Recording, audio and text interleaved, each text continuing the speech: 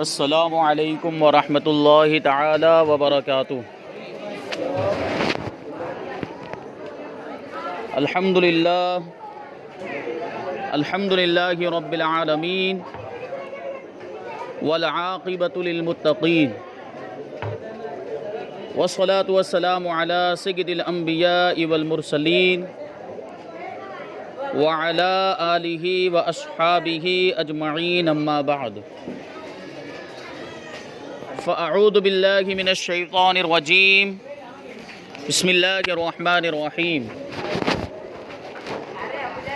ومن آیاتہ ان خلق لکم من انفسکم ازواجا لتسکنوا الیہا وجعل بینکم مودۃ ورحمہ۔ صدق اللہ مولانا العظیم وصدق رسولہ النبی الامین المتین الکریم، ونحن على ذلك لمن الشاهدين والشاكرين والذاكرين والحامدين والحمد لله رب العالمین۔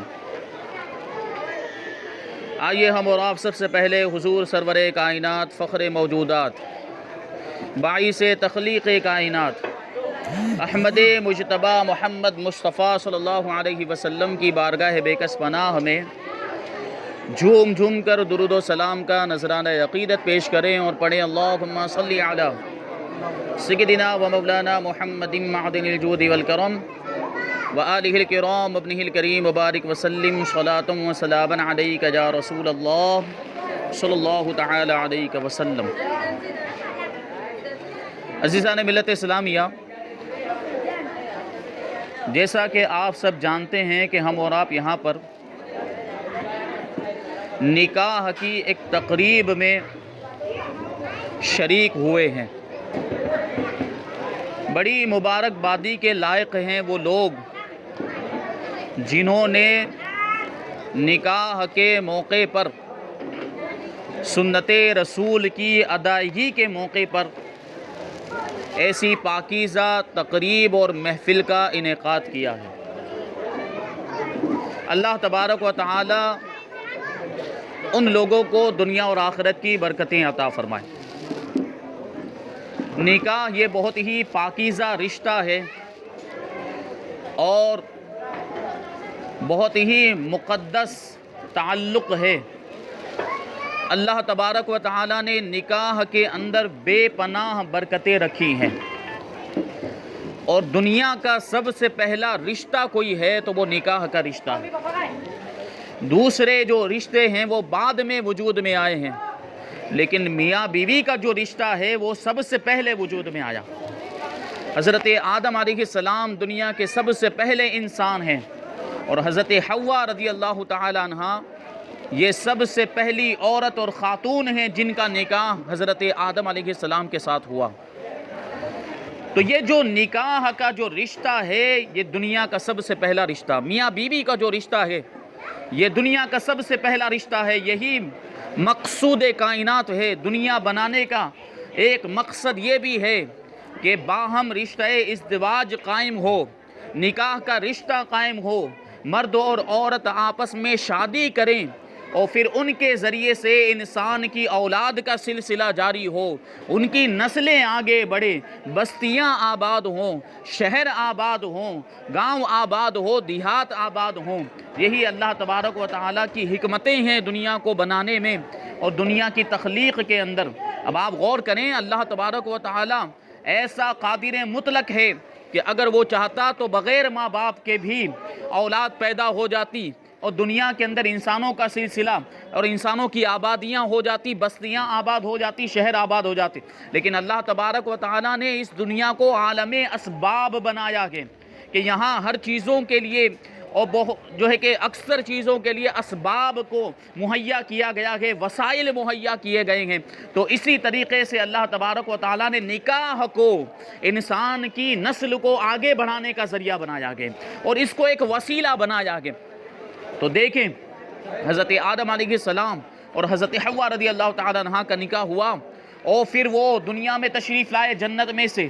حضرت آدم اور حضرت حوا اور دنیا میں آنے کے بعد ان کی اولاد اور اولاد کی اولاد کا سلسلہ جاری ہوا، بستیاں آباد ہوئی، شہر آباد ہوئے، اور یہ انسان پوری دنیا کے اندر پھیل گئے ہیں۔ تو اللہ تبارک و تعالیٰ نے انسان کو اشرف المخلوقات بنایا۔ ساری مخلوق میں سب سے زیادہ فضیلت رکھنے والی مخلوق کوئی ہے تو وہ انسان ہے۔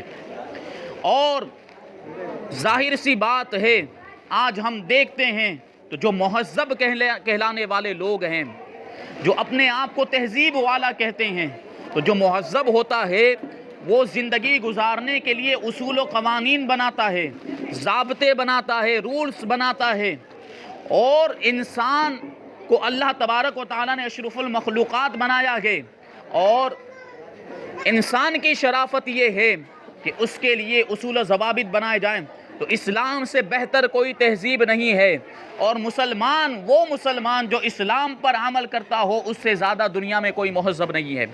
تو اللہ تبارک و تعالیٰ نے انسان کو مطلق العنان اور آزاد نہیں چھوڑا کہ جانوروں کی طرح انسان کو آزادی نہیں دی کہ جس کے ساتھ چاہے اپنی خواہش کی تکمیل کرے، بلکہ انسان کو اللہ تبارک و تعالیٰ نے نکاح کا اور شادی کا پابند بنایا کہ، اور اس رشتے کے ذریعے سے اولاد کو آگے بڑھانے کا اللہ تبارک و تعالیٰ نے حکم دیا کہ بغیر نکاح کے زناکاری کے ذریعے سے اگر کوئی اپنی خواہش کی تکمیل کرنا چاہے تو اس کی اجازت نہیں ہے، بلکہ اس کو اسلام کے اندر حرام قرار دیا گیا کہ نکاح کے ذریعے سے جو اولاد ہوتی ہے اللہ تبارک و تعالیٰ اس میں برکتیں عطا فرماتا ہے۔ نکاح بڑی برکت والی چیز ہے۔ نکاح اللہ کے رسول صلی اللہ علیہ وسلم کی سنت ہے۔ اللہ کے رسول صلی اللہ علیہ وسلم ارشاد فرماتے ہیں النکاح من سنتی فمن رغب عن سنتی فلیس منی، کہ نکاح میری سنت ہے، تو جس نے میری سنت سے منہ پھیر لیا، جس نے میری سنت پر عمل نہیں کیا، وہ میرے طریقے پر نہیں ہے، اس سے میرا کوئی تعلق نہیں ہے۔ تو نکاح نبی پاک صلی اللہ علیہ وسلم کی بھی سنت ہے، اور ہمارے آقا سے پہلے جو رسول آئے، جو انبیاء کرام آئے، انہوں نے بھی شادیاں کی، انہوں نے بھی نکاح کیا، ان کی بھی اولادیں ہوئیں۔ تو نبی پاک کی بھی سنت ہے نکاح، اور اگلے انبیاء کرام اور رسولوں کی سنت بھی ہے نکاح۔ تو نکاح بڑی برکت والی چیز ہے۔ اللہ تبارک و تعالیٰ نے نکاح کو اجر و ثواب کا ذریعہ بنایا ہے، اور نکاح کو عبادت کی حیثیت دی ہے کہ جب اچھی نیت کے ساتھ انسان نکاح کرتا ہے تو اللہ تبارک و تعالیٰ اسے دنیا کی بھی برکتیں عطا فرماتا ہے اور آخرت کی برکتیں بھی عطا فرما دیتا ہے۔ نکاح اللہ کے رسول صلی اللہ علیہ وسلم نے بہت سی احادیث کے اندر نکاح کی ترغیب بھی دی ہے، اور اللہ کے رسول صلی اللہ علیہ وسلم ایک جگہ پہ ارشاد فرماتے ہیں تناکحوا تکثروا فانی اباہی بکم الامم یوم القیامہ، کہ نکاح کرو تو تمہاری کثرت ہوگی، تمہاری اولاد پیدا ہوگی، امت میں اضافہ ہوگا، اور میں اپنی امت کی کثرت کو دیکھ کر قیامت کی دن دوسری امتوں پر فخر کا اظہار کروں گا۔ تو نکاح کرنے میں نکاح جو ہے اولاد کے حصول کا بھی ذریعہ ہے، اور اولاد کا حصول اولاد کے اندر یہ نبی پاک صلی اللہ علیہ وسلم کی محبت کی علامت بھی ہے، اور اللہ تبارک و تعالیٰ کی اس میں رضا بھی ہے کہ اللہ تبارک و تعالیٰ نے دنیا کو اسی لیے بنایا ہے کہ آپس میں نکاح کا رشتہ قائم ہو اور پھر انسانوں کی نسل آگے بڑھتی رہے۔ تو اس میں نبی پاک صلی اللہ علیہ وسلم کی محبت بھی ہے کہ یہ نبی پاک کی سنت ہے، ہم نبی پاک کی سنت پر عمل کرتے ہیں تو نبی پاک صلی اللہ علیہ وسلم کو خوشی ہوتی ہے، اور اس کے ذریعے سے رسول پاک صلی اللہ علیہ وسلم راضی ہو جاتے ہیں، اور جب اللہ کے رسول راضی ہوتے ہیں تو اللہ بھی راضی ہو جاتا ہے۔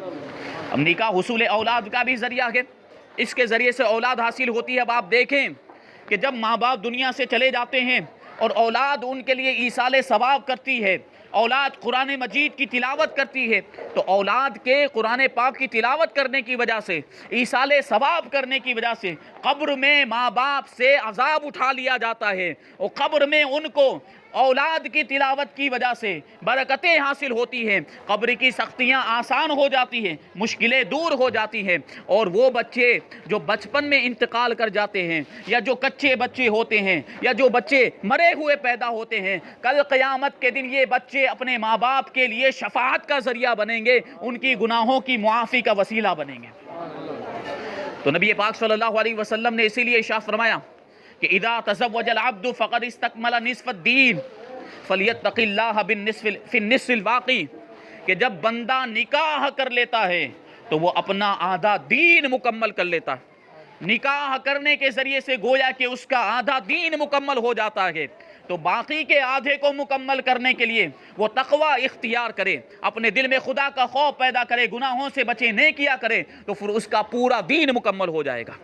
کیونکہ جب انسان نکاح کر لیتا ہے تو نکاح کے ذریعے وہ بہت سے گناہوں سے بچ جاتا ہے, بدکاریوں سے بچ جاتا ہے, زناکاریوں سے بچ جاتا ہے, بدنگاہی سے بچ جاتا ہے, اور اپنی شہوت کو غلط جگہ پر خرچ کرنے سے بچ جاتا ہے. اس وجہ سے فرمایا گیا کہ جب بندہ نکاح کر لیتا ہے تو پھر اس کا آدھا دین مکمل ہو جاتا ہے. پھر اسے عبادت کے اندر خشوع و خضوع کی نعمت مل جاتی ہے, بڑے دل لگا کر وہ اللہ کی عبادت کرتا ہے, خلوص کے ساتھ اللہ کی عبادت کرتا ہے, اور عبادت کی لذت بھی اسے اللہ تبارک و تعالی عطا فرماتا ہے. تو یہ شان ہے نکاح کی اور یہ برکتیں ہیں نکاح کی. اسی وجہ سے اللہ کے رسول نے ایک حدیث پاک میں ارشاد فرمایا کہ شادی شدہ کی 2 رکعات غیر شادی شدہ کی 70 رکعتوں سے افضل ہوا کرتی. شادی شدہ اگر 2 رکعت نفل پڑھے تو غیر شادی شدہ 70 رکعت پڑھے, اور ایک روایت میں ہے کہ 82 رکعت پڑھ لے تو اس سے بھی بہتر شادی شدہ کی یہ 2 رکعت ہوا کرتی ہے. ایسی فضیلت. ایک حدیث پاک میں اللہ کے رسول نے ارشاد فرمایا کہ جب انسان نکاح کر لیتا ہے, جب آدمی نکاح کر لیتا ہے تو شیطان کہتا ہے کہ آج ابن آدم نے اپنے 2/3 دین کو مجھ سے بچا لیا.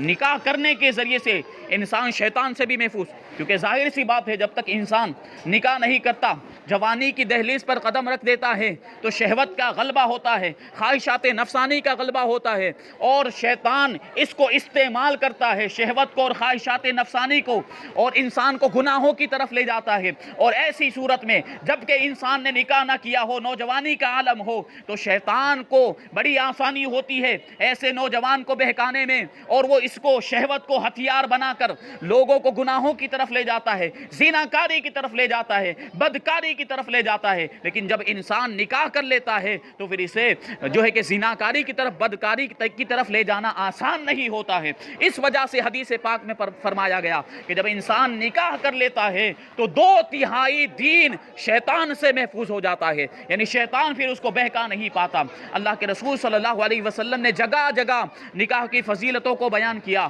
نکاح کی ترغیب دلائی ہے, نکاح کی تاکید فرمائی ہے. ایک صحابی رسول حضرت عکاف ابن بشر تمیمی رضی اللہ تعالیٰ عنہ ایک مرتبہ اللہ کے رسول صلی اللہ علیہ وسلم کی بارگاہ میں حاضر ہوئے. تو اللہ کے رسول صلی اللہ علیہ وسلم نے ان سے پوچھا کہ اے عکاف, کیا تمہاری بیوی ہے؟ انہوں نے کہا نہیں. کیا تمہاری کوئی باندی ہے؟ انہوں نے کہا نہیں. اللہ کے رسول نے پوچھا کیا تم مالدار ہو؟ تو انہوں نے کہا کہ ہاں میں مالدار ہوں. تو اللہ کے رسول صلی اللہ علیہ وسلم نے ارشاد فرمایا مالدار ہونے کے باوجود تم نکاح نہیں کرتے, تم تو شیطان کے بھائی ہو. شیطان کیا تم کو بہکانا بہت آسان ہے. اگر تم عیسائیوں میں ہوتے تو ان کے راہبوں میں تمہارا شمار ہوتا. اور جان لو کہ بدترین لوگ وہ ہیں جو گمراہ جو کنوارے ہیں, جو نکاح نہیں کرتے ہیں, اور گھٹیا ترین ان کی موت ہوا کرتی ہے جو کنوارے مر جایا کرتے ہیں. تو یہ جو نکاح نہ کرنے والے لوگ ہیں یہ شیطان کے ہتھیار بن جاتے ہیں, اور شیطان ان کو جو ہے کہ گمراہ کرتا ہے, اور شیطان کے لیے ان کو گمراہ کرنا بڑا آسان ہو جاتا ہے. اللہ کے رسول ارشاد فرماتے ہیں کہ یہ کام تو شیطان کے لیے جو ہے کہ اس کے کام کو کامیاب بنانے کا ذریعہ ہو جاتا ہے. ہماری سنت تو نکاح کرنا ہے. اللہ کے رسول نے ارشاد فرمایا ہماری سنت تو نکاح کرنا ہے. تم شیطان سے لڑنا چاہتے ہو, تم شیطان کا مقابلہ کرنا چاہتے ہو, سن لو کہ شیطان کے لیے نیک آدمیوں کو بہکانے کے لیے سب سے بڑا ہتھیار عورتیں ہیں. وہ عورتوں کے ذریعے سے نیک لوگوں کو بہکانے کی کوشش کرتا ہے. جن لوگوں نے نکاح نہیں کیا ہوتا, لیکن وہ لوگ جو شادی شدہ ہوتے ہیں وہ شیطان کے بہکانے سے بچ جاتے ہیں, وہ شیطان کے اس ہتھیار سے بچ جاتے ہیں. اور یہی وہ لوگ ہیں جو پاکیزہ لوگ ہیں, اور یہ گندگی سے اللہ تبارک و تعالیٰ ان کو محفوظ رکھتا ہے, اور گناہوں سے اللہ تبارک و تعالیٰ نکاح کے ذریعے ان کو بچا لیا کرتا ہے. تو اے عفاف تم نکاح کر لو ورنہ تذبذب کا شکار ہو جاؤ گے, شک و شبے کا شکار ہو جاؤ گے. تو حضرت عکاف رضی اللہ تعالیٰ عنہ اللہ کے رسول صلی اللہ علیہ وسلم کی بارگاہ میں عرض کرتے ہیں یا رسول اللہ آپ ہی کسی کے ساتھ میرا نکاح کر دیجئے. تو اللہ کے رسول صلی اللہ علیہ وسلم نے ارشاد فرمایا کہ جاؤ کریمہ بنت بشر حمیری سے کریمہ بنت کلثوم حمیری سے ہم نے تمہارا نکاح کر دیا۔ تو یہ دیکھیں اللہ کے رسول صلی اللہ علیہ وسلم نے اس حدیث پاک کے اندر نکاح کی ترغیب دلائی ہے۔ تو عام حالات کے اندر نکاح کرنا سنت موقدہ ہے، لیکن کبھی کبھی نکاح کرنا واجب ہو جاتا ہے۔ یعنی انسان کو جب گناہوں میں مبتلا ہو جانے کا، زناکاری میں مبتلا ہو جانے کا، بدکاری میں مبتلا ہو جانے کا صحیح اندیشہ ہو اور نکاح کی طاقت بھی ہو تو اس پر نکاح کرنا واجب ہو جاتا ہے۔ اور کبھی کبھی نکاح کرنا ناجائز بھی ہوتا ہے۔ یعنی انسان کے اندر اگر طاقت نہیں ہے بیوی کے جسمانی حقوق ادا کرنے کی اور نان و نفقہ یا جو ہے اس کے رہائش اور لباس وغیرہ کے انتظام کرنے کی اس کے اندر طاقت نہیں ہے تو پھر اس کو نکاح کرنا جائز نہیں ہوتا۔ اس کے لیے حکم یہ ہے کہ وہ روزے رکھے، کیونکہ روزہ خواہش کو توڑنے والا ہوتا ہے، پھر وہ گناہوں کی طرف نہیں جائے گا۔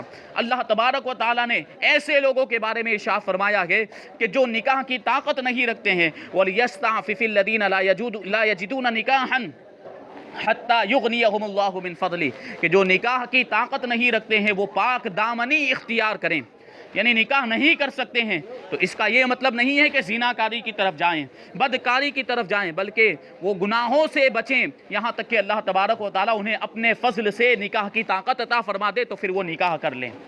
تو یہ شان ہے نکاح کی اور یہ فضیلتیں ہیں نکاح کی کہ نکاح کے ذریعے سے انسان بہت سے گناہوں سے محفوظ ہو جاتا ہے، اور نکاح کی برکتیں اللہ تبارک و تعالیٰ دنیا میں بھی عطا فرماتا ہے اور آخرت میں بھی عطا فرماتا ہے۔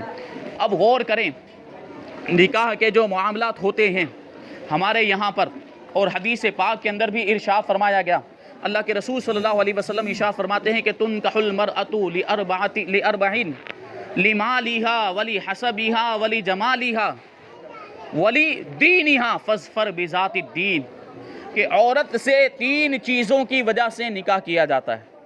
اس کے مال کی وجہ سے، اس کی دولت کی وجہ سے نکاح کیا جاتا ہے، اس کے خاندان کی وجہ سے کیا جاتا ہے، اس کی خوبصورتی کی وجہ سے نکاح کیا جاتا ہے، اور اس کے دین کی وجہ سے نکاح کیا جاتا ہے۔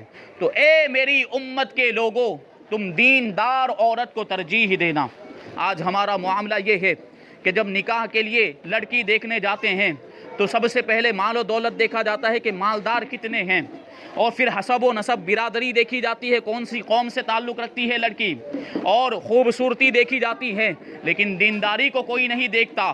کوئی یہ نہیں دیکھتا ہے کہ لڑکی نمازی ہے کہ نہیں ہے، لڑکی قرآن پڑھی ہوئی ہے کہ نہیں ہے، لڑکی پردہ کرتی ہے کہ نہیں کرتی، اسلامی احکام پر، شریعت مصطفیٰ پر عمل کرتی ہے کہ نہیں کرتی، یہ کوئی نہیں دیکھتا ہے۔ خوبصورتی دیکھی جاتی ہے، مال و دولت کو دیکھا جاتا ہے، خاندان کو دیکھا جاتا ہے، لیکن دینداری کو نہیں دیکھا جاتا۔ میں یہ نہیں کہتا کہ مال و دولت کو نہیں دیکھنا چاہیے، خوبصورتی نہیں دیکھنی چاہیے اور خاندان کو نہیں دیکھنا چاہیے۔ میں عرض یہ کرنا چاہتا ہوں کہ سب سے پہلے جس چیز کو ترجیح دینی چاہیے، سب سے پہلے لڑکی کے اندر جو چیز دیکھنی چاہیے وہ دینداری ہونی چاہیے۔ سب سے پہلے دینداری دیکھی جائے کہ لڑکی دیندار کتنی ہے، نمازی ہے کہ نہیں ہے، شریعت کی پابند ہے کہ نہیں، سب سے پہلے یہ بات دیکھی جائے۔ اگر اس میں مال و دولت بھی ہے، مالدار بھی ہے اور خوبصورت بھی ہے، خاندان بھی اچھا ہے تو پھر سونے پہ سہاگا۔ اور اگر خدا نخواستہ ان چیزوں میں کوئی کمی ہے، خوبصورت اگر اتنی نہیں ہے، مالدار اگر اتنی نہیں ہے اور خاندان بھی اگر اتنا اچھا نہیں، لیکن عورت دیندار ہے اور صرف دینداری کی بنیاد پر اگر شادی کر لی تو اللہ تبارک و تعالی اس کی برکتیں دنیا میں بھی عطا فرمائے گا اور آخرت میں بھی عطا فرمائے گا۔ تو 4 چیزوں کی وجہ سے عورتوں سے نکاح کیا جاتا ہے۔ اللہ کے رسول صلی اللہ علیہ وسلم ارشاد فرماتے ہیں، لا تزوجوا النساء لحسنہن فعسى حسنهن يرضيهن ولا تزوجوهن لأموالهن فعسى أموالهن أن تطغيهن ولكن تزوجوهن على الدين ولأمة خرماء سوداء ذات دين أفضل۔ اللہ کے رسول ارشاد فرماتے ہیں کہ عورتوں سے ان کے حسن و جمال کی وجہ سے نکاح مت کرو، کیونکہ ہو سکتا ہے کہ ان کا حسن و جمال، ان کی خوبصورتی ان کو ہلاک و برباد کر دے۔ اور عورتوں سے ان کے مال و دولت کی وجہ سے نکاح مت کرو، کیونکہ ہو سکتا ہے کہ ان کی جو دولت ہے، ان کا جو مال ہے، ان کو سرکشی میں مبتلا کر دے، اللہ کی نافرمانی کی طرف لے جائے۔ عورتوں سے نکاح کرو تو دینداری کی بنیاد پر نکاح کرو، کہ یہ جو نکاح ہوگا یہ بڑی برکت والا نکاح ہوگا۔ آگے اللہ کے رسول ارشاد فرماتے ہیں کہ وہ باندی جو کالی کلوٹی ہو لیکن دیندار ہو وہ خوبصورت عورت سے افضل ہے جو دیندار نہ ہو. یہ اللہ کے رسول صلی اللہ علیہ وسلم نے ارشاد فرمایا. تو دینداری پہلے دیکھنی چاہیے اور دیکھنا یہ چاہیے کہ عورت وہ لڑکی جس سے ہم اپنے لڑکے کا پیغام لے کر گئے ہیں، جس سے ہم اپنے لڑکی کی شادی کرنا چاہتے ہیں، اپنے لڑکے کی شادی کرنا چاہتے ہیں، تو اس میں سب سے پہلے دینداری دیکھیں کہ وہ شریعت کی پابند کتنی ہے، نمازی ہے کہ نہیں ہے. اللہ کے رسول صلی اللہ علیہ وسلم دوسری حدیث پاک کے اندر ارشاد فرماتے ہیں کہ من تزوج امرأة لعزها لم يزده اللہ الا ذلا، کہ جو شخص کسی عورت سے اس کی عزت اور اس کی شرافت کی وجہ سے نکاح کرتا ہے تو اللہ تبارک و تعالیٰ اس کی ذلت میں اور اضافہ فرما دیتا ہے. وَمَن تَزَوَّجَهَا لِمَالِهَا لَمْ يَزِدْهُ إِلَّا فَقْرًا، اور جو کسی عورت سے اس کے مال کی وجہ سے نکاح کرتا ہے تو اللہ تبارک و تعالیٰ اس کی محتاجی میں اور اضافہ فرما دیتا ہے، اس کی غریبی میں اور اضافہ فرما دیتا ہے. وَمَن تَزَوَّجَهَا لِحَسَبِهَا لَمْ يَزِدْهُ الا دناءتن، اور جو خاندان کی وجہ سے کسی عورت سے نکاح کرتا ہے، خاندانی شرافت کی وجہ سے کسی عورت سے نکاح کرتا ہے تو اللہ تبارک و تعالیٰ اس کی دناءت میں اور اس کی رذالت میں اور اضافہ فرما دیتا ہے. ولیکن من تزوج امرأة الا يريد به ان يغض بصره ويحسن فرجه او يصل رحمه بارك الله له فيها وبارك لها فيه او كما قال علیہ السلام. لیکن جو شخص کسی عورت سے صرف اس وجہ سے نکاح کرتا ہے، اس کا مقصد نکاح سے یہ ہوتا ہے کہ وہ اپنی نگاہوں کو نیچی رکھے گا، اپنی نگاہوں کی حفاظت کرے گا، اپنی شرمگاہ کی حفاظت کرے گا، غلط جگہ پر اپنی خواہش کی تکمیل نہیں کرے گا، یا صلہ رحمی کے مقصد سے وہ نکاح کرنے کا ارادہ رکھتا ہے تو اللہ تبارک و تعالی دونوں کی زندگی میں برکت عطا فرمائے گا. یعنی عورت کے لیے مرد کے اندر برکت عطا فرمائے گا اور مرد کے لیے عورت کے اندر برکت عطا فرمائے گا. تو دینداری کو ترجیح دینی چاہیے، سب سے پہلے دینداری دیکھنی چاہیے. اگر اس ارادے سے ہم نے نکاح کیا، دینداری کو ترجیح دیتے ہوئے ہم نے نکاح کیا ہے تو اللہ تبارک و تعالیٰ ایسے نکاح کے اندر برکتیں عطا فرماتا ہے. اگر ہم چاہتے ہیں کہ ہمیں برکتیں ملے اور ہماری اولاد نیک ہو تو یہ مقصد شامل ہونا چاہیے ہمارے بچوں کے نکاح کے اندر. یہ بات ذہن میں رہنی چاہیے. تقوی اور پرہیزگاری کو بنیاد بنائیں اور تقوی اور پرہیزگاری اور دینداری کی بنیاد پر نکاح ہونے چاہیے. اللہ تبارک و تعالیٰ ہمارے سارے مسلمان بھائیوں کو جو ہے کہ اچھی سمجھ عطا فرمائے اور ہدایت عطا فرمائے. دیکھیں اللہ کے جو نیک بندے ہوتے ہیں وہ کس طریقے سے نکاح کے اندر دینداری اور تقوی اور پرہیزگاری کو ترجیح دیتے ہیں. حضرت فاروق اعظم رضی اللہ تعالیٰ عنہ اپنے دور خلافت کے اندر مدینہ منورہ کی گلیوں کے اندر گشت کیا کرتے تھے. اپنی رعایا کی خبرگیری کے لیے، ان کی حالت دریافت کرنے کے لیے آپ مدینہ منورہ کی گلیوں کے اندر گشت کیا کرتے تھے اور گھوما کرتے تھے. ایک مرتبہ اسی طریقے سے حضرت امیر المؤمنین فاروق اعظم رضی اللہ تعالیٰ عنہ مدینہ کی گلیوں کے اندر گھوم رہے تھے کہ آپ کو تھکن کا احساس ہوا تو ایک گھر کی دیوار سے ٹیک لگا کر کھڑے ہو گئے.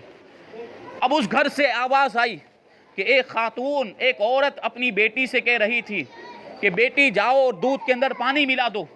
تو بیٹی نے جواب دیا کہ آپ نے امیر المؤمنین کا اعلان نہیں سنا ہے؟ تو ماں جواب دیتی ہے کہ امیر المؤمنین کی طرف سے کیا اعلان ہوا ہے؟ بیٹی نے کہا کہ امیر المؤمنین کی طرف سے اعلان کرنے والے نے اعلان کیا ہے کہ خبردار کوئی بھی دودھ میں پانی نہ ملائے.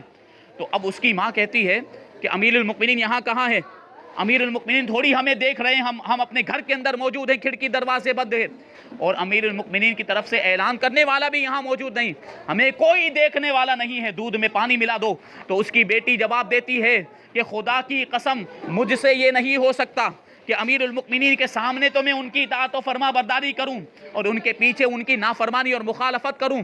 حضرت فاروق اعظم رضی اللہ تعالیٰ عنہ نے جب اس عورت کا یہ جملہ سنا، جو نوجوان عورت تھی اس کا یہ جملہ سنا، تو آپ کو بڑی خوشی ہوئی، بڑی مسرت ہوئی، اور خوشی اس وجہ سے بھی زیادہ تھی کہ اس کی اطاعت کا معاملہ یہ تھا. اس نے یہ کہا کہ کوئی دیکھنے والا نہیں ہے، اس کے باوجود وہ امیر المؤمنین کی اطاعت کر رہی ہے۔ یہ بات فاروق اعظم رضی اللہ تعالیٰ عنہ کو بہت زیادہ پسند آئی۔ آپ کے ساتھ آپ کا غلام اسلم بھی تھا، آپ نے اتنی دھیمی آواز میں اسلم سے کہا کہ وہ آواز گھر کے اندر نہ پہنچ سکے، کہ اس گھر پر نشان لگا دو اور اس گھر کو پہچان لو کہ اس گھر کو ڈھونڈنا آسان ہو جائے۔ پھر حضرت فاروق اعظم رضی اللہ تعالیٰ عنہ وہاں سے روانہ ہو گئے۔ دوسرے دن صبح فاروق اعظم رضی اللہ تعالیٰ عنہ نے اپنے غلام اسلم کو کہا کہ جاؤ، وہ گھر جس پر ہم نے نشان لگایا تھا، وہ گھر جس کو پہچاننے کے لیے میں نے کہا تھا، وہاں جاؤ اور معلوم کرو کہ وہ 2 عورتیں کون ہیں اور ان کے گھر میں ان کے شوہر ہے کہ نہیں ہے، کوئی مرد ہے کہ نہیں ہے۔ چنانچہ اسلم کا بیان ہے کہ میں امیر المؤمنین کے حکم کی تعمیل کرتے ہوئے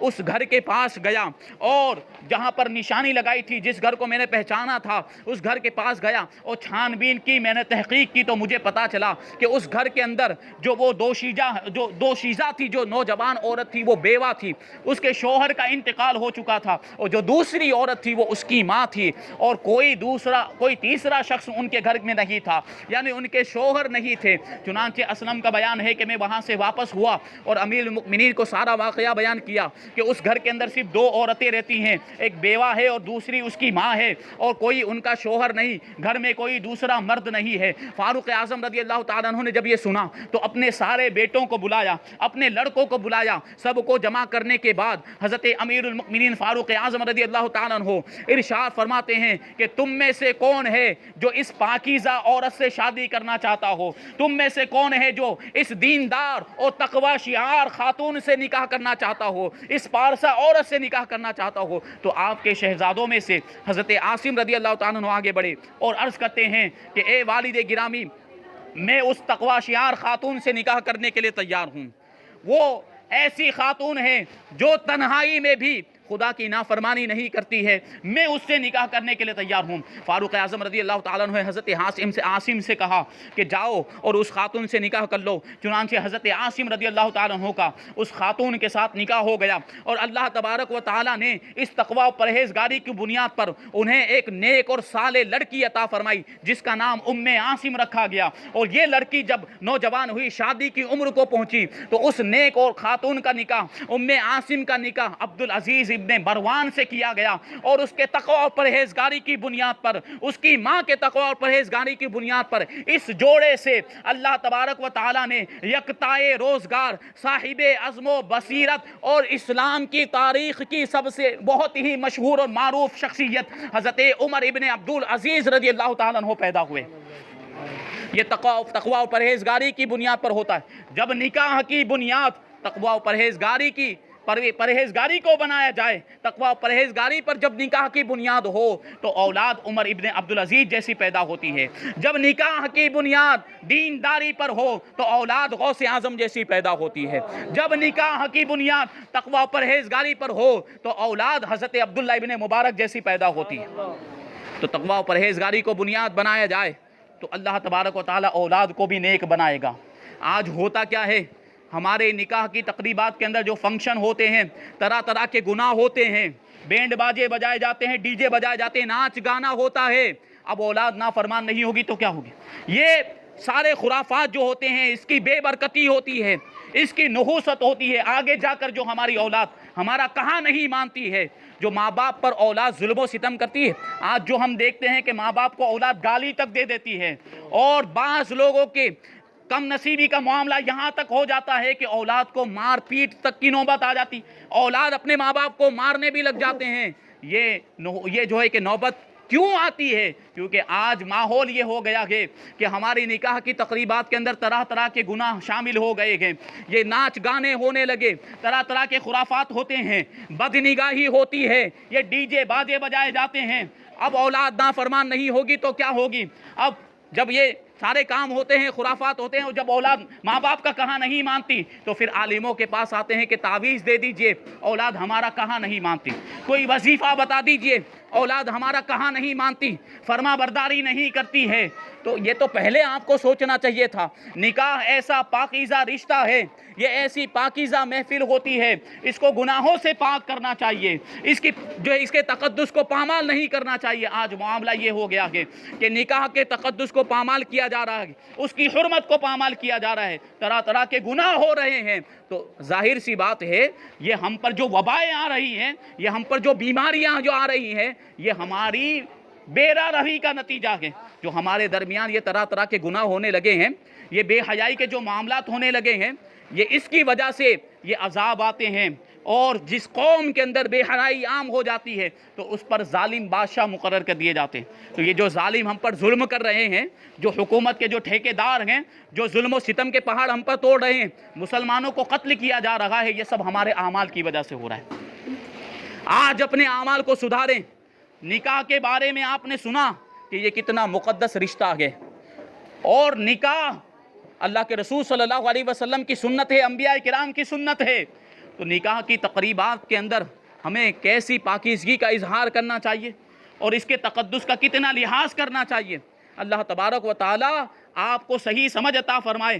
اپنی تقریبات میں نکاح سے برائیوں کو ختم کریں، خرافات کو ختم کریں، تو پھر اللہ تبارک و تعالی اس میں برکت عطا فرمائے گا۔ یہ اللہ کے نیک بندے ہوتے ہیں کہ جو نکاح کے اندر تقوی و پرہیزگاری کو بنیاد بناتے ہیں، تو اللہ تبارک و تعالی انہیں اولاد بھی نیک اور صالح عطا فرماتا ہے۔ دیکھیں، یہ تو لڑکی کے بارے میں ہوا کہ لڑکی میں دینداری کو سب سے پہلے دیکھنا چاہیے، لیکن داماد بھی ایسا ہونا چاہیے، لڑکا بھی ایسا جو ہے کہ منتخب کیا جائے جو دیندار ہو، جس کے دل میں خوف خدا ہو۔ ایک شخص نے حضرت حسن بصری رضی اللہ تعالیٰ عنہ سے پوچھا کہ میری لڑکی جوان ہو گئی، اس کے لیے بہت سارے رشتے آ رہے ہیں، تو آپ مجھے بتائیے کہ کیسا لڑکا ہونا چاہیے، داماد کس کو بنانا چاہیے؟ تو حضرت حسن بصری رضی اللہ تعالیٰ عنہ نے ارشاد فرمایا کہ ایسے لڑکے کا انتخاب کرو جس کے دل میں خدا کا خوف ہو، جو تمہاری بیٹی سے محبت کرے، ایسی محبت کرے جس میں تعظیم کا پہلو نمایاں ہو، اور اگر وہ کبھی ناراض بھی ہو جائے تو کبھی ظلم نہ کرے۔ یعنی ایسا داماد ہونا چاہیے، ایسا لڑکا ہونا چاہیے جو ظالم و جابر نہ ہو۔ اور آپ کو یہ بات آپ کو ذہن نشین کرنی چاہیے کہ بیوی جو ہوتی ہے وہ شوہر کی خادمہ ہوتی ہے۔ شوہر کو اللہ تبارک و تعالیٰ نے بیویوں کا حاکم بنایا، الرجال قوامون علی النساء۔ بیوی کو شوہر کی خدمت کرنے کا حکم دیا گیا، تو چونکہ وہ اس کی خدمت کرے گی اور شوہر اس کا مالک مجازی ہوتا ہے، تو ہمیں یہ بھی دیکھنا چاہیے کہ ہم کس کے پاس اپنی بیٹی کو خادمہ بنا کر بھیج رہے ہیں۔ کہیں وہ اس پر ظلم تو نہیں کرے گا، کہیں وہ اس کے ساتھ برا سلوک تو نہیں کرے گا۔ یہ چیزیں بھی ہمیں ذہن میں رکھنی چاہیے۔ اللہ کے رسول صلی اللہ علیہ وسلم نے اسی کو ارشاد فرمایا کہ النکاح رق فلینظر احدکم این یضع قریبتہ، کہ نکاح یہ اپنی بیٹی کو کنیز بنانا ہے، یہ خادمہ بنانا ہے۔ نکاح کے ذریعے سے لڑکی جو ہوتی ہے وہ شوہر کی خادمہ بن جاتی ہے، وہ شوہر کی کنیز بن جاتی ہے۔ تو اللہ کے رسول ارشاد فرماتے ہیں کہ تم میں سے جو اپنی بیٹی کا نکاح کرنا چاہتا ہے اس کو یہ دیکھنا چاہیے کہ وہ اپنی پیاری بیٹی کو کس کے پاس دے رہا ہے، کس کے یہاں دے رہا ہے، اس کی عادتیں کیسی ہے، اس کے اخلاق کیسے ہیں، اس کا کردار کیسا ہے۔ وہ ظالم و جابر تو نہیں ہے، وہ بہت بڑا گنہگار تو نہیں ہے، وہ بے نمازی تو نہیں ہے، وہ جو ہے کہ فاسق تو نہیں ہے، وہ ظلم کرنے والا تو نہیں ہے۔ کیونکہ جب بیٹی کی شادی ہو جائے گی، جب بیٹی نکاح کے بندھن میں بن جائے گی، تو پھر اس نکاح کے بندھن کو ایک ہی چیز توڑ سکتی ہے، اور وہ ہے طلاق۔ اور طلاق کا اختیار اللہ تبارک و تعالیٰ نے شوہر کو دیا ہے۔ اب کیا ہوگا کہ آپ کی جو بیٹی ہے، اگر شوہر ظالم و جابر بھی ہوگا تو وہ قید ہو جائے گی، کیونکہ نکاح کا بندھن یہ بند چکا ہے اور اس کی رسی شوہر کے ہاتھ میں ہے، تو وہ جو ہے بیچاری مجبور ہو جائے گی اس کے ظلم و ستم کو سہنے پر۔ تو ان ساری چیزوں کا خیال ہمیں پہلے ہی سے رکھنا ہے۔ وہ شخص جو کسی ظالم و جابر سے، کسی بدعتی سے، کسی گمراہ شخص سے، اور کسی ظلم کرنے والے شخص سے، کسی بدعتی سے، کسی شرابی سے، کسی جواری سے جان بوجھ کر اپنی بیٹی کا نکاح کر دیتا ہے، وہ بہت بڑا مجرم ہے اور اللہ تبارک و تعالیٰ کے غیظ و غضب کا حقدار ہے۔ کیونکہ اللہ کے رسول صلی اللہ علیہ وسلم نے ارشاد فرمایا ہے کہ یہ چیز دیکھنی چاہیے کہ جس کے ساتھ ہم اپنی بیٹی کا نکاح کر رہے ہیں وہ ظالم و جابر تو نہیں ہے، وہ نیک و کار ہے کہ نہیں، وہ دیندار ہے کہ نہیں ہے۔ یہ ماں باپ کی ذمہ داری بنتی ہے۔ آج مال و دولت کو تو دیکھا جا رہا ہے، آج خوبصورتی کو تو دیکھا جا رہا ہے، خاندان کو تو دیکھا جا رہا ہے، لیکن یہ نہیں دیکھا جا رہا ہے کہ وہ دیندار کتنا ہے، وہ تقوی شعار کتنا ہے، وہ پرہیزگار کتنا ہے۔ ہم صرف مالداری کو دیکھتے ہیں، ہم صرف جو ہے کہ دنیاوی چیزوں کو دیکھتے ہیں اور یہ سب چیزیں نہیں دیکھتے، تو پھر معاملات یہ ہوتے ہیں کہ مالداری کی بنیاد پر نکاح کیا ہوتا ہے تو مال تو بہت ہے، دولت تو بہت ہے، لیکن عادتیں اچھی نہیں ہے، اخلاق اچھے نہیں ہے، کردار اچھا نہیں ہے، شوہر ظالم ہے تو بیوی پر ظلم کرتا ہے، بیوی کو ستاتا ہے، اور اس طریقے سے پھر لڑائی جھگڑے ہوتے ہیں، پھر دو خاندانوں میں بھی لڑائی ہوتی اور معاشرہ تباہ ہو جاتا ہے اور سوسائٹی تباہ ہو جاتی۔ نکاح کا جو مقصد ہے وہ مقصد فوت ہو جایا کرتا ہے۔ تو ان ساری چیزوں کا ہمیں پہلے سے خیال رکھنا ہے۔ دیکھیں ہمارے بزرگوں کی سیرت کے اندر ہمیں سبق ملتا ہے، درس عبرت ملتا ہے۔ مرو ایک شہر ہے یونان کا، وہاں کے قاضی سے نوح ابن مریم، ان کی ایک لڑکی تھی بڑی حسین و جمیل۔ جب وہ جوان ہو گئی، شادی کی عمر کو پہنچ گئی، تو بڑے بڑے شرافت والے لوگوں اور بڑے امیر و کبیر لوگوں کے رشتے آنے لگے، لیکن وہ قاضی صاحب نکاح کرنے کے لیے کسی کو حامی نہیں بھر رہے تھے، کسی کو اپنا داماد بنانے کے لیے وہ لوگوں سے مشورہ کر رہے تھے۔ ان کا ایک پڑوسی تھا جو نصرانی تھا، عیسائی تھا۔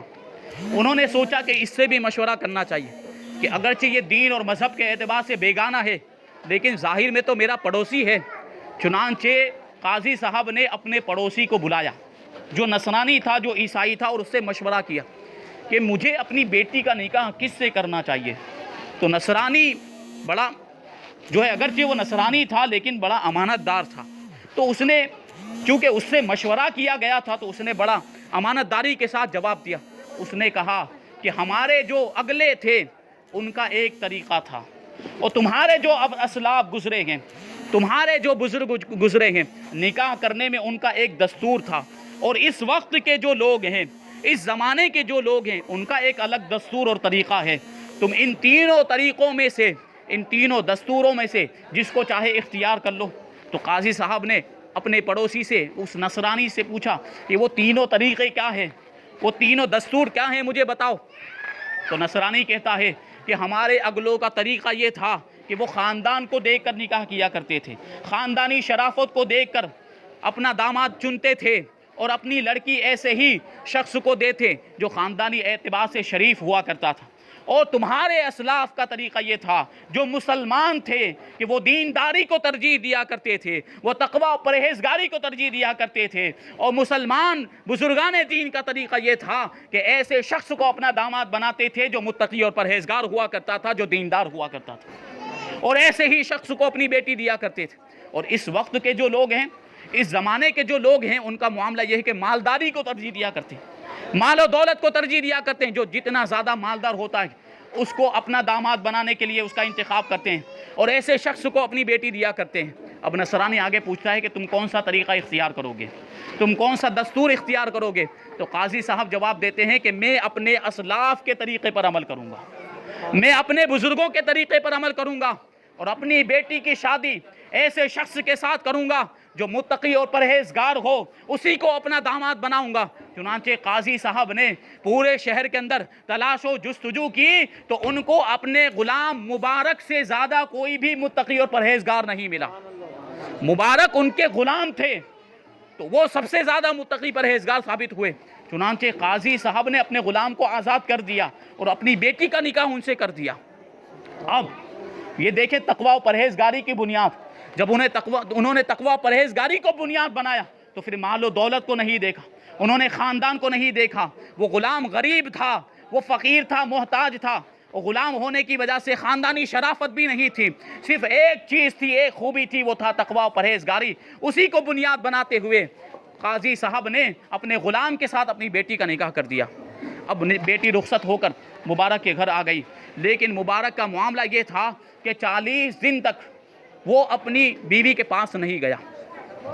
اس کی اطلاع لڑکی کی ماں کو ہو گئی تو لڑکی کی ماں قاضی صاحب کے پاس آئی اور کہنے لگی کہ تم نے اپنے غلام کے ساتھ اپنی شریف بیٹی کا نکاح کر دیا ہے، اور تمہارے غلام کا معاملہ یہ ہے کہ وہ اس کے قریب نہیں جاتا، اس کی طرف توجہ نہیں کرتا ہے، اور تم نے یہ کیسا کام کر دیا ہے۔ اب قاضی صاحب نے مبارک کو بلایا، اور بلانے کے بعد اس کو کہتے ہیں کہ تمہیں تو ناز ہونا چاہیے کہ ایک قاضی صاحب کی لڑکی تمہارے نکاح کے اندر ہے، بڑی شریف ہے، شرافت والی لڑکی کا نکاح تم سے ہو گیا ہے، تو تمہیں فخر کرنا چاہیے، تمہیں ناز کرنا چاہیے۔ تو جو غلام مبارک ہے وہ کیا جواب دیتا ہے؟ وہ کہتا ہے کہ اے مسلمانوں کے قاضی، یقیناً آپ کی جو لڑکی ہے بڑی شرافت والی ہے، لیکن آپ کی لڑکی کے ساتھ رہ کر مجھے ناز کیسے ہو سکتا ہے کہ آپ کو منصب قضا سپرد کیا گیا ہے، آپ کو مسلمانوں کا قاضی بنایا گیا۔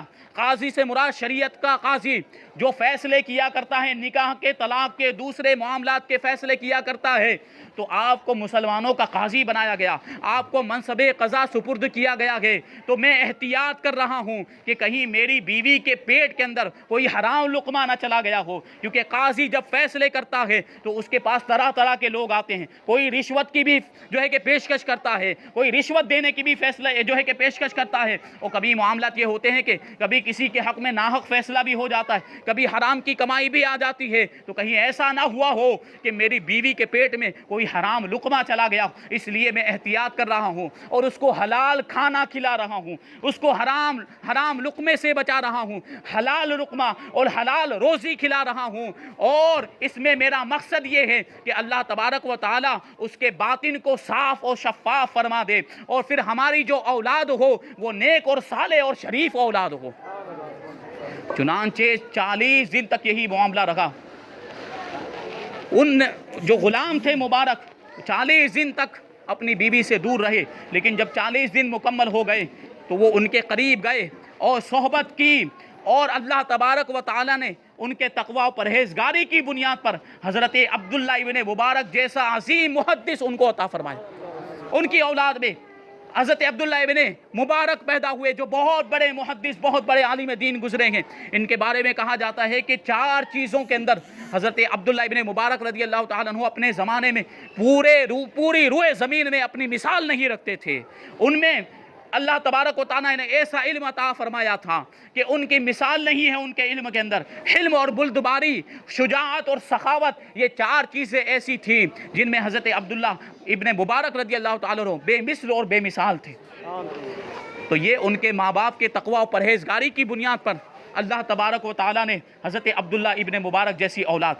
تو جس نکاح کی بنیاد تقوی و پرہیزگاری کی بنیاد پر ہوتی ہے، تقوی و پرہیزگاری کو بنیاد بنایا جاتا ہے، تو اللہ تبارک و تعالیٰ نیک اور صالح اولاد عطا فرماتا ہے۔ یہ اولیاء کرام کی زندگیوں کا آپ مطالعہ کریں، اولیاء کرام کی سیرت کو پڑھیں، ان کی زندگی کے حالات پڑھیں، تو آپ کو پتہ چلے گا کہ یہ اولیاء کرام کو مقام و مرتبہ اللہ تبارک و تعالیٰ عطا فرماتا ہے، ولایت اللہ تبارک و تعالیٰ اپنی عطا سے دیتا ہے، لیکن اس میں ماں باپ کا بھی اہم رول ہوتا ہے۔ جتنے بھی اولیاء کرام گزرے ہیں، سب کے والدین کا آپ جائزہ لیں تو اپنے زمانے کے بڑے متقی اور پرہیزگار گزرے ہیں۔ جب ماں باپ متقی اور پرہیزگار ہوتے ہیں تو پھر اولاد بھی نیک اور صالح ہو جایا کرتی ہے۔ دیکھیں، کرمان کے بادشاہ تھے شجاع، ان کا نام تھا شجاع کرمانی، اور ان کا شمار بڑے بڑے اولیاء کرام میں ہوتا تھا۔ کس طریقے سے دیکھیں پرانے زمانے کے اندر جو اللہ کے نیک بندے ہوا کرتے تھے، وہ اپنے داماد کا انتخاب کیسا کیا کرتے، اور تقوی پرہیزگاری کو کیسے وہ پیش نظر رکھتے تھے، اپنے سامنے رکھتے تھے۔ تو یہ کرمان کے بادشاہ تھے، اور ان کی لڑکی کے لیے بڑے بڑے صاحب ثروت، صاحب دولت، امیر و کبیر لوگوں کے رشتے آ رہے، لیکن آپ نے سب کو 3 دن کی مہلت دے دی، اور مسجدوں کا چکر لگانے لگے، مسجدوں کا گشت کرنے لگے، مسجدوں میں آنے جانے والے لوگوں کو آپ دیکھنے لگے کہ کون آتا ہے اور کون جاتا ہے۔ ایک مسجد کے باہر آپ کھڑے ہوئے تو اندر آپ نے دیکھا کہ ایک نوجوان ہے جو بڑے خشوع و خضوع کے ساتھ بڑی اچھی طریقے سے نماز ادا کر رہا ہے۔ آپ نے اس مسجد کے باہر اس نوجوان کے آنے کا انتظار کیا۔ جب وہ نوجوان نماز سے فارغ ہوا تو یہ بادشاہ جو کرمانی شجاع الدین تھے وہ اس کے قریب گئے، اور قریب جانے کے بعد کہنے لگے کہ کیا تم شادی شدہ ہو؟ تو اس نوجوان نے جواب دیا کہ نہیں، میں شادی شدہ نہیں ہوں۔ تو بادشاہ نے کہا کہ کیا تم ایسی لڑکی سے شادی کرنا چاہتے ہو جو قرآن پڑھنے والی ہو، جو پارسا ہو، جو متقی ہو، پرہیزگار ہو، اور پھر ساتھ ہی ساتھ حسن و جمال کا پیکر بھی ہو، حسین و جمیل بھی ہو، خوبصورت بھی ہو۔ تو وہ نوجوان جواب دیتا ہے کہ مجھے کون اپنی بیٹی دے گا؟ اس بھری دنیا میں 3 درہم سے زیادہ میرے پاس کچھ بھی نہیں ہے، میں بہت غریب ہوں، میں بہت ہی تنگ دست ہوں، محتاج ہوں، اپنی بیٹی کی شادی مجھ سے کون کرنا چاہے گا؟ تو بادشاہ جواب دیتے ہیں کہ میں کرمان کا بادشاہ ہوں اور میں اپنی بیٹی تمہیں دوں گا، اپنی بیٹی کا نکاح میں تم سے کروں گا، اور تمہارے پاس جو 3 درہم ہے، جاؤ ان میں سے 1 درہم سے روٹی خرید لاؤ، اور 1 درہم سے سالن خرید کر لے کر آؤ، اور تیسرے درہم سے خوشبو خرید کر لے کر آؤ۔ چنانچہ اس نوجوان نے ایسا ہی کیا، روٹی، سالن اور خوشبو کو خرید کر لے کر آیا، اور پھر اسی سالن کے ذریعے سے جو بھی لوگ وہاں نکاح کے وقت موجود تھے، اور روٹی کے ذریعے سے لوگوں کی میزبانی کی گئی، اور خوشبو کو جو ہے کہ نکاح کے اندر استعمال کیا گیا۔ دیکھیے پہلے زمانے کے اندر نکاح کیسے ہوا کرتے، یہ بہت زیادہ خرچے نہیں ہوا کرتے تھے، یہ خرچے ہم نے بڑھا لیے ہیں، یہ نئے نئے رسم و رواج ہم نے بڑھا لیے، ورنہ نکاح کے اندر صرف مہر کا خرچہ ہوتا ہے اور ولیمہ کرنا سنت ہے، اور اس کے علاوہ کوئی جو ہے کہ خرچہ نہیں۔ یہ ہزاروں کی دعوتیں ہوتی ہیں، اور یہ جو ہے جہیز کے معاملات ہوتے ہیں، یہ سب رسم و رواج ہم نے جو ہے کہ داخل کر لیے ہیں، اور نکاح کے اندر ہم نے شامل کر لیے۔ اسلام کے اندر یہ ساری چیزیں نہیں ہیں، تو اسلام کو آسان سے آسان بنانے کی کوشش کرنی چاہیے، اور نکاح کو آسان سے آسان بنانے کی کوشش کرنی چاہیے، کیونکہ اسلام بھی آسانی چاہتا ہے، اسلام بھی دشواریوں کو دور کرنے کی تعلیم دیتا ہے۔ اور آپ دیکھیں ہم نے نکاح کو اتنا مہنگا بنا لیا ہے کہ اب ہر کسی کے بس کی بات نہیں، جو غریب لوگ ہوتے ہیں اپنی بچوں کے نکاح کرنے کے لیے، اپنی بیٹیوں کے نکاح کرنے کے لیے ان کو قرض لینے کی نوبت آ جاتی ہے، اور قرض کا معاملہ ایسا ہو جاتا ہے کہ پھر پوری زندگی اس قرض کی ادائیگی میں گزر جاتی ہے۔ یہ معاملات ہوتے ہیں، تو ہمیں ان ساری چیزوں کو سدھارنا ہے، ہمیں نکاح کو آسان سے آسان بنانے کی کوشش کرنی ہے، شادی کی تقریبات کو آسان سے آسان اور اس کے سارے بوجھ کو ہلکا کرنے کی کوشش کرنی ہے۔ اللہ کے رسول صلی اللہ علیہ وسلم ارشاد فرماتے ہیں کہ ان اعظم النکاح برکۃ ایسرہ معونۃ، کہ سب سے زیادہ برکت والا نکاح وہ ہوتا ہے جس میں بوجھ سب سے کم ہو، یعنی جس میں خرچ سب سے کم کیا گیا ہو، اور جس میں قرض نہ لیا گیا ہو، آسانی کے ساتھ نکاح ہوا ہو، تو ایسے نکاح میں اللہ تبارک و تعالیٰ سب سے زیادہ برکت عطا فرماتا ہے۔ تو وہ نوجوان 1 درہم سے روٹی خرید کر لے آیا، اور 1 درہم سے سالن خرید کر لے آیا، اور 1 درہم سے اس نے خوشبو خریدی، اور اس طریقے سے بادشاہ کی لڑکی کا نکاح ایسے غریب کے ساتھ اور تنگ دست کے ساتھ ہو گیا۔ اب آپ سوچیں کہ بادشاہ ہے تو وہ امیر و کبیر لوگوں کے ساتھ بھی اپنی بیٹی کا نکاح کر سکتا تھا، شرافت والوں کے ساتھ بھی، اور بڑے مالدار دولت والوں کے ساتھ بھی اپنی بیٹی کا نکاح کر سکتے تھے وہ بادشاہ، لیکن انہوں نے تقوی و پرہیزگاری کو بنیاد بنایا۔ اب جب ان کی بیٹی رخصت ہو کر اس نوجوان کے جھونپڑے میں آئی، جب اس نے جھونپڑے کے اندر قدم رکھا تو اس نے دیکھا کہ اس جھونپڑے کے اندر ایک سوکھی روٹی ہے جو ایک کوزے کے اوپر رکھی ہوئی ہے۔ تو اس عورت نے، اس خاتون نے اپنے شوہر سے پوچھا کہ یہ روٹی کیسی ہے، یہ روٹی یہاں پر کیوں رکھی ہوئی ہے؟ تو ان نوجوان نے جواب دیا کہ یہ روٹی کل صبح تمہارے ناشتے کے لیے رکھی گئی، کہ کل تمہارے ناشتے کا انتظام اس روٹی سے ہوگا۔ اب جیسے ہی وہ لڑکی نے یہ سنا، فوراً الٹے پاؤں جھونپڑے سے باہر نکل گئی، اپنے والد کے گھر کی طرف روانہ ہو گئی، چل پڑی۔ تو وہ نوجوان جواب دیتا ہے کہ مجھے تو پہلے ہی سے معلوم تھا کہ بادشاہ کی بیٹی ناز و نعم کے اندر پلی بڑی ہوئی ہوگی، اس کی پرورش جو ہے کہ عیش و عشرت کے اندر ہوئی ہوگی، وہ میرے غریب کے گھر میں کیسے رہ سکتی ہے، مجھ تنگ دست کے گھر میں اور ایسے جھونپڑے میں کیسے زندگی گزار سکتی ہے، مجھے تو پہلے ہی سے معلوم تھا کہ تم مجھے چھوڑ کر چلی جاؤ گی۔ تو اب وہ جو لڑکی تھی وہ پلٹ کر جواب دیتی ہے کہ میں تمہاری غریبی کی وجہ سے تمہیں چھوڑ کر نہیں جا رہی، تمہاری محتاجی کی وجہ سے تمہیں چھوڑ کر نہیں جا رہی، تنگ دستی کی وجہ سے تمہیں چھوڑ کر نہیں جا رہی ہوں، میں تمہارے ایمان کی کمزوری کی وجہ سے تمہیں چھوڑ کر جا رہی، تمہیں اپنے رب پر اتنا بھی بھروسہ نہیں ہے کہ تم نے آئندہ کل کے لیے روٹی بچا کر رکھی ہوئی ہے۔ میرے باپ نے مجھے اپنے باپ پر تعجب ہوتا ہے کہ میرے باپ نے 20 سال تک میری پرورش کی، میری دیکھ بھال کی، اور مجھ سے کہا تھا کہ تمہارا نکاح کسی متقی پرہیزگار شخص سے کیا جائے گا، اور آج میرا نکاح ایسے شخص سے ہو گیا ہے جسے اپنے خدا پر بھروسہ نہیں ہے، جسے اپنے خدا پر اعتماد نہیں ہے، وہ آئندہ کل کے لیے روٹی بچا کر رکھتا ہے، اس نے اپنی قسمت کو حق اور سچا نہیں جانا کہ اگر اسے خدا پر بھروسہ ہوتا تو وہ آئندہ کے لیے کھانا بچا کر نہیں رکھتا، بلکہ وہ اس پر اسے اعتماد ہوتا، اسے خدا پر توکل ہوتا کہ وہ خدا جس نے آج کھلایا ہے وہ کل بھی کھلائے گا، کل بھی میرے لیے روزی کا انتظام کر دے گا۔ اب اسے اپنی غلطی کا احساس ہوا نوجوان کو، تو وہ کہنے لگا کہ اے میری نیک بیوی، مجھ سے جو غلطی ہو گئی ہے اس کی تلافی کیسے ہو سکتی ہے؟ تو اس نے جواب دیا کہ یا تو اس گھر میں یہ روٹی رہے گی یا پھر میں رہوں گی۔ اب آپ سوچیں کہ اس نے کیا کیا ہوگا۔ وہ نوجوان اٹھا، اس نے وہ روٹی لی اور لے جا کر ایک فقیر کو دے دی۔ اس روٹی کو بھی صدقہ کر دیا، گھر میں دوسرا کچھ کھانے کے لیے نہیں تھا، لیکن اللہ پر بھروسہ دیکھیں، اعتماد دیکھیں کہ وہ روٹی بھی فقیر کو دے دی۔ جب وہ روٹی اس نے دے دی تو پھر وہ جو لڑکی اپنے گھر کی طرف روانہ ہو گئی تھی وہ واپس آ گئی، اور فقیری کے باوجود، تنگ دستی ہونے کے باوجود، غربت کے باوجود، وہ لڑکی جو بادشاہ کی لڑکی تھی وہ اس محتاج شخص کے ساتھ رہنے کے لیے تیار ہو گئی، صرف تقوی و پرہیزگاری کی بنیاد پر۔ تو یہ اگلے لوگ تھے ہمارے بزرگ جو نکاح کے اندر تقوی و پرہیزگاری کو بنیاد بنایا کرتے تھے۔ تو ہمیں بھی چاہیے کہ نکاح کے سلسلے میں تقوی و پرہیزگاری کو پیش نظر رکھیں اور اپنی شادی کی تقریبات کو گناہوں سے پاک کریں۔ یہ بدنگاہیاں جو ہوتی ہیں، جو خرافات ہوتے ہیں، یہ ناچ گانے جو ہوتے ہیں، یہ ساری چیزیں نکاح کی پاکیزہ تقریب میں نہیں ہونی چاہیے۔ نکاح ایک عبادت ہے، نکاح ہمارے گناہوں کی بخشش کا ذریعہ ہے، اجر و ثواب کا ذریعہ ہے۔ یہ رسول پاک صلی اللہ علیہ وسلم کی سنت ہے، یہ انبیاء کرام کی سنت ہے۔ اور جو نیک کام ہوتے ہیں، جو عبادت کے کام ہوتے ہیں، ان کو گناہوں کے ساتھ نہیں ملانا چاہیے۔ عبادت کا کام الگ ہونا چاہیے اور اس میں گناہ شامل نہیں ہونے چاہیے۔ اللہ تبارک و تعالی ہم سب کو عمل کرنے کی توفیق عطا فرمائے۔ ہمارے نکاحوں کی تقریبات کو گناہوں سے محفوظ رکھے، خرافات سے محفوظ رکھے۔ ہمارے جو نوجوان ہیں ان کی جوانی کی اللہ تبارک و تعالی حفاظت فرمائے، سب کو بدکاریوں سے، زناکاریوں سے محفوظ فرمائے، شریعت مصطفیٰ پر اور اسلام پر عمل کرنے کی توفیق عطا فرمائے۔ وما علینا الا البلاغ۔ السلام علیکم۔